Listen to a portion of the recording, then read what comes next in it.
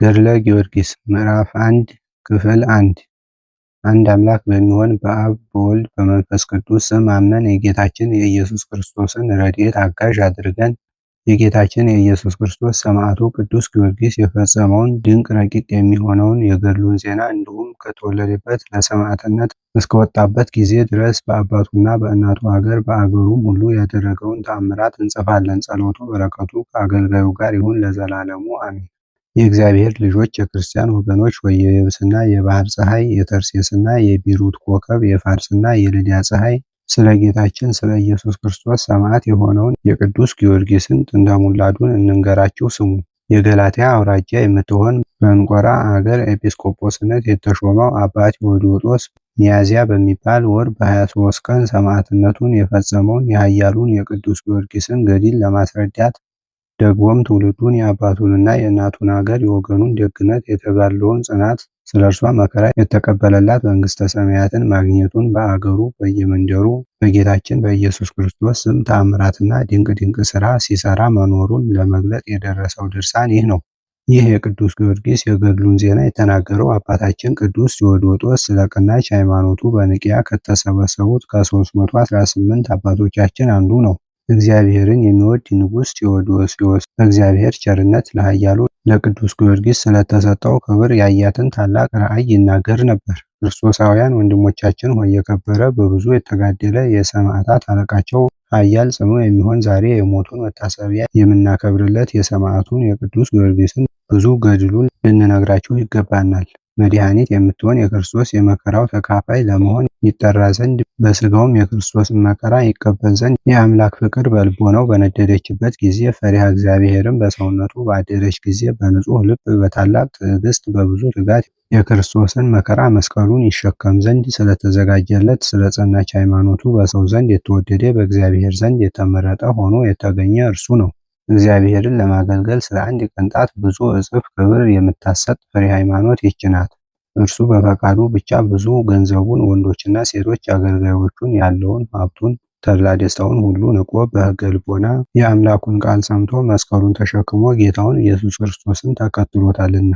ስለዚህ ቁርጥ ቃል በመናገር ኢየሱስ ክርስቶስ ከአንተ በፊት ከነበሩት ከአንተም በኋላ እስከ ዓለም ፍጻሜ ከሚነሱ ሰማዕታት ሁሉ የሚመስልህ የለም ያለው ይህ ቅዱስ ጊዮርጊስ በቅን ታዛዥነቱ ደግ ክብርን ከእግዚአብሔር አገኘ። እርሱም በመንፈስ ቅዱስ ፍቅር የበረታ ነው። ለነፍሳችን ጥቅም የሚሆኑትን ብዙ ምግባራትን ለመፈጸም ሁልጊዜ በትጋት ትሩፋትን ይሰራ ነበር። ይልቁንም እግዚአብሔር የሚወደውን ይሰራ ነበር። ነፍስን ከሚጎዱ ሀሳቦች ሁሉ እየራቀ የዚህን ዓለም ከንቱ ስራዎች ከማየት ተለይቶ ዘወትር እግዚአብሔርን ያገለግል ነበር። እነዚህም የዓለም ስራዎች ፈጥነው የሚያልፉ የሚጠፉ ናቸው። ስለዚህም ይህ ኃያል ሰማዕት ብፁዕ ጳውሎስ ከዓለም ተለይታችሁ ከክርስቶስ ጋር ከሆናችሁ ምድራዊውን ያይደለ በአብ ሪና ያለውን ክርስቶስን ያለበትን ሰማያዊውን አገር ሹም ፈልጉ ያለውን አስቦ ሰማያዊ ስራን መረጠ። ይህ የከበረ የተመረጠ በእውነቱ ንጹሕ የሆነ ኃያል ቅዱስ ጊዮርጊስ የአባቱን ሹመት የእናቱን የወገኑን ታላቅነት የመሳፍንቱን ክብር አልፈለገም። ክብሩንም ቢሆን እኛ ኃጥአን ዓለምን ብዕሉንም እንወዳለን፣ በመጨረሻ ከምናገኘው ክብርም እንመርጣለን። እርሱን ግን የሥጋ ጉልምስና አላሸነፈችውም። ይህ መንፈሳዊ ጀግና የጽድቅ ፀሐይ ኃያል ጊዮርጊስ በልቦናው መርምሮ ሕሊናውን ገዛ፣ ሰማያዊ ተስፋውንም መረጠ። ስለዚህ የምድር ነገሥታት ያዘጋጁለትን አክሊልና የሚገባውን ክብር እንደ ጉዲፍ ወደ ኋላ ጣላቸው። የሥጋ ፈቃድ አላሸነፈውም። ከወርቁ ከጨርቁ በማንኛውም ፍቅር አልተሳሳተም። ነፍሱም አምልኮተ እግዚአብሔርን የቀና ሐሳቡን ፍጹም ሃይማኖቱን እግዚአብሔርን ለማገልገል የጀመረውን ገድሉን ለመተው አላዘነበለችም። የእግዚአብሔር ቸርነት ትረዳው ነበርና ፈሪሃ እግዚአብሔርም ትጠብቀው ነበርና በስራው ሁሉ እንዳይሰነካከል እግዚአብሔር እንደ ጽኑ አምባ ይጠብቀው ነበር።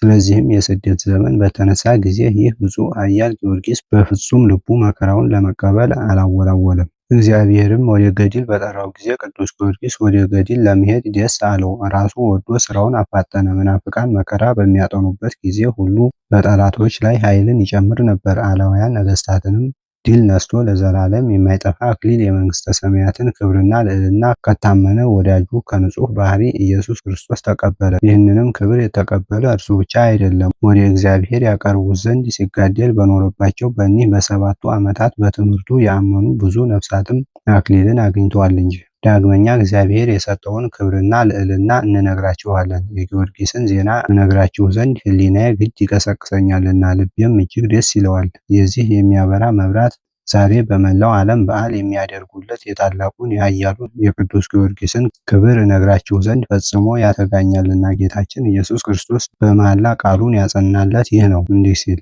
እኔ በራሴ በቸር አባቴ በመንፈስ ቅዱስ እምላለሁ፣ ከሴቶች ልጆች ከዮሐንስ መጥምቅ የሚበልጥ እንዳልተነሳ እንዲሁም በሰማዕታት ማኅበር መካከል ለዘላለሙ አንተን የሚመስልህ የሚተካከልህም የለም። በመንግሥቴ አንተ ትበልጣለህ እንጂ ጊዮርጊስ የልዑል እግዚአብሔር ወዳጅ ትባላለህ።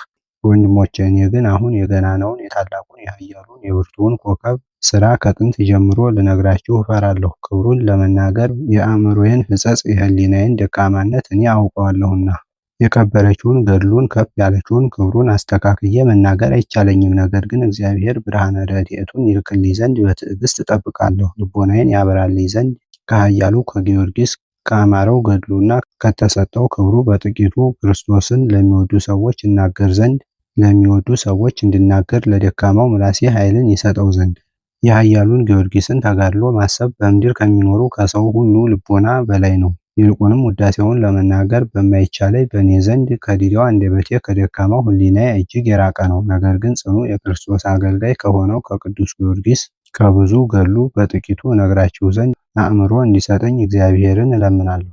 በማያወላውል ልቦና በእግዚአብሔር ላይ ያለውን የቀና ሃይማኖት የጸናችውን ተስፋውን ተንኮል የሌለበትን ፍቅሩን ለሰው ሁሉ ያለው ርኅራኄውን ታናሽ ታላቅም ቢሆን ከፍጡራን ሁሉ ጋራ ያለውን የዋህነቱን ቸርነቱን የአንደበቱን ልዝብነት ትዕግስቱን የዚህን ዓለም ክብር መናቁን ተጋድሎ መውደዱን የነፍሱን ደስታ የልቡን ጽናት ያለ ድንጋጤ በአደባባይ መቆሙን ፈጽሞ እርሱ ማንንም ሳይፈራ በነገሥታት ፊት አንደበቱን ገልጦ መመስከሩን በነገሥታት ፊት ሕግህን እናገራለሁ አላፍርም ብሎ ዳዊት በመዝሙር እንደተናገረ በሚያስጨንቅ መከራም ጊዜ ከልቡ ደስ እያለው መታገሱን በጌታችን በኢየሱስ ክርስቶስ ስም የተቀበላቸውን መከራዎች ሁሉ በጥቂቱ የምገልጥላችሁ እሊህ ናቸው። በዚህች ድርሳን መጀመሪያ አስቀድሜ እንደተናገርኩ ብፁዓዊ ጊዮርጊስ ስለ ገድሉ ከእግዚአብሔር የሰማው ቃል ይህ ነው፣ እንዲህ ሲል ከኔ ጋራ መከራን የተቀበላችሁ እናንተ አባቴ ከኔ ጋራ አስቀድሞ መንግስትን ያዘጋጀላችሁ እንደመሆኑ እኔም ለዘላለም የማያልፍ የማይጠፋ መንግስትን አዘጋጅላችኋለሁ። በመንግስተ ሰማይ ክብሬን ትወርሳላችሁ። የማያልፍ ደስታ ስለሚገኝበት ስለዚህ ቃል ቅዱስ ጊዮርጊስ ወደ ጽኑ ገድል ገባ። ይልቁንም የመንግስተ ሰማያትን ተስፋ እያሰበ እነዚህ ስቃያት በእርሱ ዘንድ የተናቁ ሆኑ።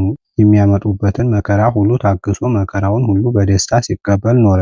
የቀናችውን ልቦናውን አላጣመመም። ስለ ፍጹም ትዕግስቱም እግዚአብሔር በመንግስተ ሰማያት የማይጠፋ አክሊልን የማያልፍ ክብርን አዘጋጀለት። እነሆ ነገራችንን ከዚህ አደረስን።